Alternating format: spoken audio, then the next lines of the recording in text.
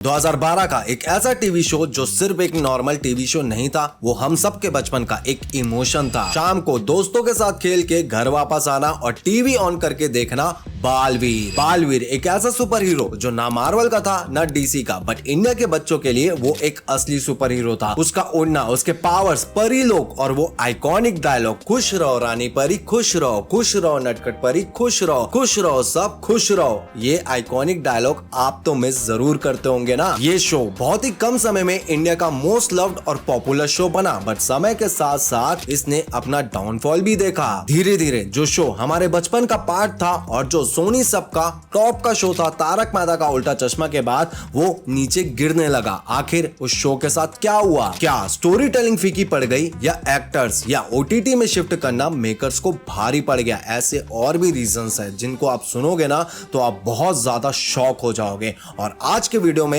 हम इसी के बारे में बात करने वाले हैं, तो जल्दी से वीडियो को लाइक कर दो और चैनल को सब्सक्राइब कर दो और आओ डिटेल में बात करें।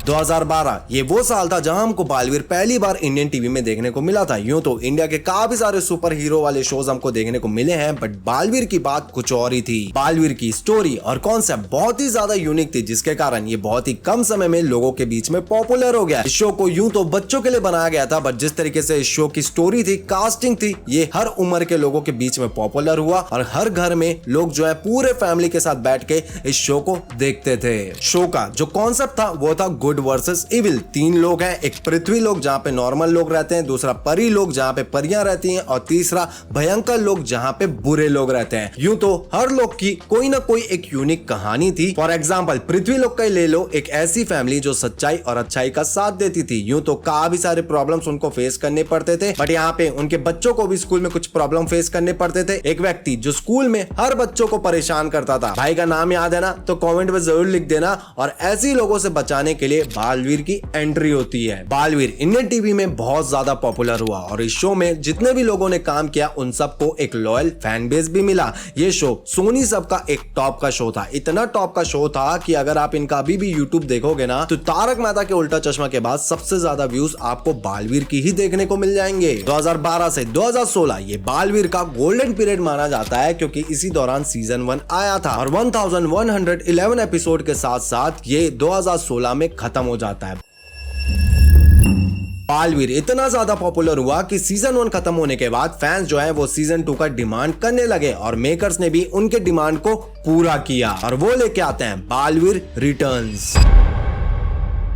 बालवीर सीजन 2 को एक नए कॉन्सेप्ट और एक नए स्टोरी लाइन के साथ इंट्रोड्यूस किया गया और कहीं ना कहीं ये बहुत बड़ी गलती हो गई मेकर्स की, क्योंकि लोग तो है सिर्फ बालवीर के नाम के कारण इस शो को देख रहे थे, बट जितना प्यार सीजन 1 को मिला था उतना बालवीर 2 को नहीं मिल पाया। इस सीजन में मेकर्स ने 2 बालवीर इंट्रोड्यूस किए, एक पुराना वाला और एक नया वाला जिसका नाम था विवियन। मेकर्स का ये सोचना था कि बालवीर जो शो है वो बच्चों के लिए शो है, तो उन्होंने नया बालवीर इंट्रोड्यूस किया जो था विवियन। बट फैंस जो है वो पुराने बालवीर यानी देव जोशी को ही बहुत ज्यादा प्यार करते थे और उन्हीं को ही मेन लीड में देखना चाहते थे। धीरे धीरे इस शो के एपिसोड बढ़ने लगते हैं, लोगों को काइंड ऑफ पसंद भी आने लगता है, बट बाद में एक बहुत बड़ी चीज आती है जिसके कारण बालवीर का एक बहुत बड़ा डाउनफॉल होता है और वो होता है लॉकडाउन। लॉकडाउन के समय जो है बालवीर का जो एपिसोड्स है वो बनना बंद हो जाते हैं, रुक जाते हैं, जिसके कारण फैंस जो है वो वर्ल्ड सिनेमा एक्सप्लोर करती है और दूसरा कंटेंट देखना चालू करती है। और जब वापस सारी चीजें शुरू होती है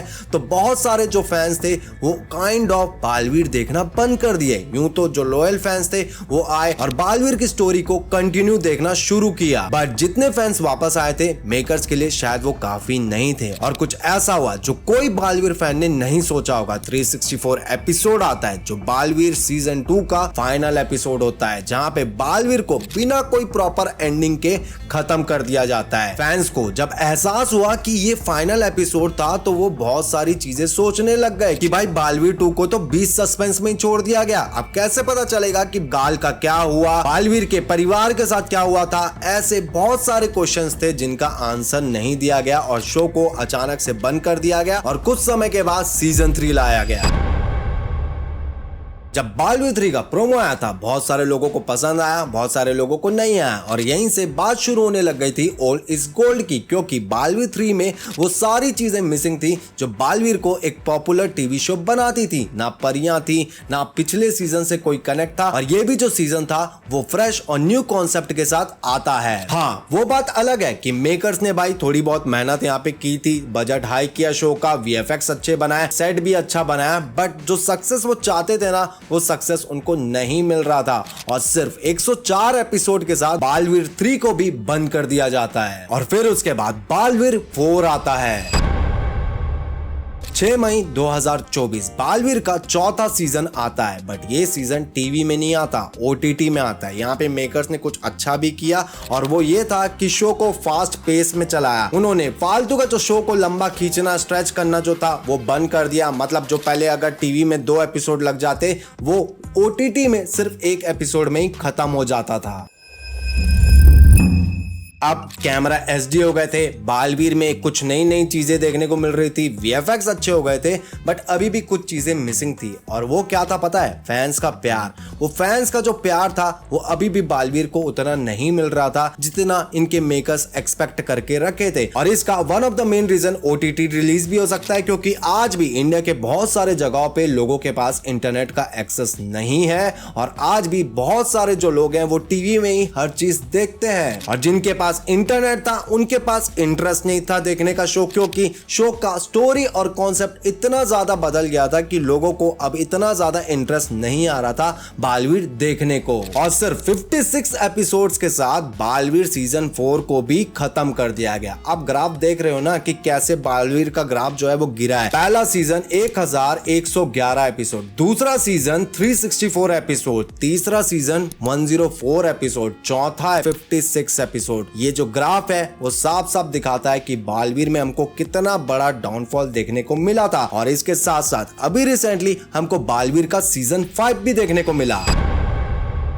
7 अप्रैल 2025 बालवीर का हमको सीजन 5 देखने को मिलता है। पहले क्या होता था कि एपिसोड वीकली आते थे या कुछ दिनों में आते थे, बट यहाँ पे सोनी वालों ने ओटीटी में एक साथ जितने भी एपिसोड थे वो सारे डाल दिए बालवीर के। इस सीजन की स्टोरी जो थी वो ये थी कि बालवीर का दुश्मन बालवीर ही है, बट यहाँ पे एक चीज तो मानना पड़ेगा, मेकर्स ने प्रोडक्शन काफी अच्छा किया था, बट जो ओल्ड फ्लेवर मिसिंग था ना, वो जो इमोशन था वो नहीं डाल पाए वो इस शो के अंदर। कहीं ना कहीं ये बालवीर को हॉलीवुड का सुपर हीरो जैसा दिखाना शुरू कर दिए थे। उसका कॉस्ट्यूम पहले देखो कैसे हुआ करता था और अभी कैसा हो गया था और उसकी पावर्स भी देखो जो पूरा का पूरा डॉक्टर स्ट्रेंज जैसी भी दिख रही है। और ये भी इतना सक्सेस नहीं हुआ और सिर्फ 47 एपिसोड्स के साथ इसको भी बंद कर दिया गया। हमने बात की अभी 1 से 5 सीजन तक बालवीर के बारे में और अभी ना थोड़ी सीरियस बात करते हैं। तो अगर तुम लॉयल बालवीर के फैन हो ना तो ये सेगमेंट मिस नहीं करना। कहते हैं जो चीज अच्छी चल रही है ना उसको छेड़ना नहीं चाहिए। बालवीर के साथ यही हुआ, उसको इतना छेड़ा गया कि वो पूरा का पूरा बिगड़ गया। मतलब ये पॉपुलैरिटी चार्ट देखो आप बालवीर का, एक तरफ जो इतना पीक में शो चलता था वो कितना ज्यादा नीचे चले गया।